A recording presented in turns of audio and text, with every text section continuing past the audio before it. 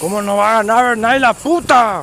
Señoras y señores, perdió Guaraní 1-0 contra el Nacional de Víctor Bernay. El equipo del Pipi Romagnoli y el equipo de Víctor Bernay protagonizaron un partido espantoso, digno de la primera C, de la 10ª fecha de la primera C, un partido espantoso, aburrido, tácticamente miserable, con dos técnicos que supieron ser interinos y ahora están dando sus pasos como entrenadores profesionales.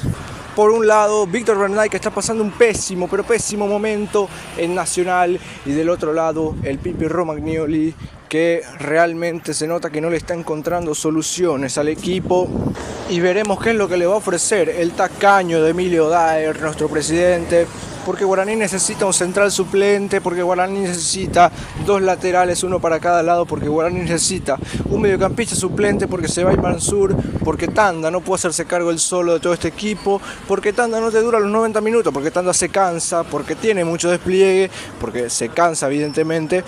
Guaraní necesita dos 9 también, un titular y un suplente para la posición de número 9, porque los que están ahora primero son un espanto y segundo, lo que viene pasando lo dejó en evidencia Freddy Irala, diciéndonos que independientemente a quien esté como 9 punta, a Guaraní le cuesta mucho, y que independientemente a quien sea tu 9, sea Richard Torales, sea Iván Ramírez, sea Nelson Romero, sea Centurión, sea Ferfero, sea quien sea, evidentemente no puede jugar porque no lo acompañan bien. Para mí Guaraní tiene que jugar con dos mediocampistas, sacar al tercer mediocampista y meter un 9, jugar con doble 9 y dos volantes por afuera.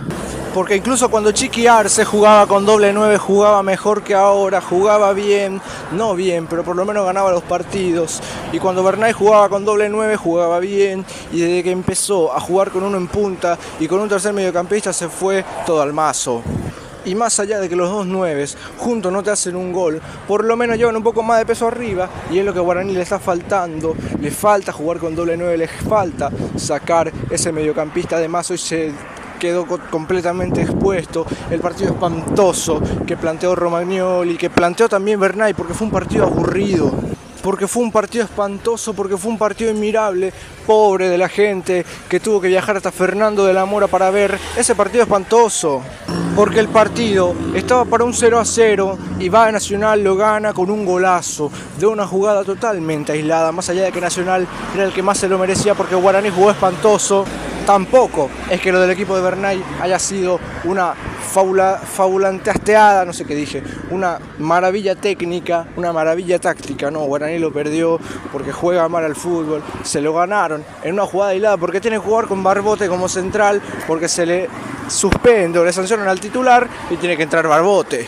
Y ahí te das cuenta, porque Barbote intentaba proyectarse y no le salía nada, no le salía ninguna a Barbote, y ahí te das cuenta que Dani Pérez, entre todas sus limitaciones, es lo mejor que tenemos. Imagínate que el equipo que el año pasado estuvo peleando por el campeonato y por la Copa, tiene que conformarse con jugar con Dani Pérez, porque es lo mejor que tiene, porque Barbote se cae en picada y porque lo de Ramos es muy flojo. Ramos todavía no está para jugar en Guaraní. Si Guaraní fichó a Ramos con la edad que tiene, es para mandarlo a préstamo, que empiece a jugar, que empiece a rendir y de nuevo luego traerlo. Es un proyecto, no lo podemos exigir tanto.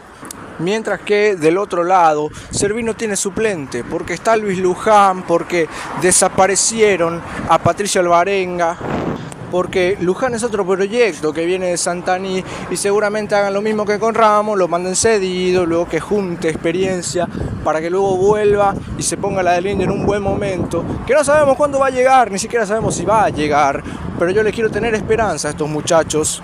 Y mientras tanto, decirle al Pipi que si quiere competir a algo, a lo que sea, durante el segundo semestre, tiene que jugar con doble 9, tiene que pedir un 9 aguantador, un 9 goleador, poner a un mediocampista que sea recuperador y acompañarlo con eso a Tanda, que te dirija a él el juego, poner a los pibes por afuera como volantes, a los revulsivos, y dejar de inventar, dejar de poner a los delanteros como volantes, porque si no, en la quinta fecha de clausura te van a echar.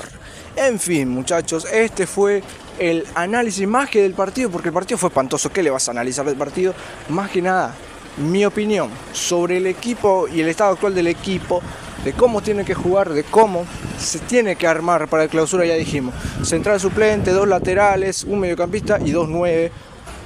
Con eso yo creo que la cosa va a ir a mejor. Ahora, que el tacaño de Emilio Daer lo vaya a hacer, no me pregunten a mí.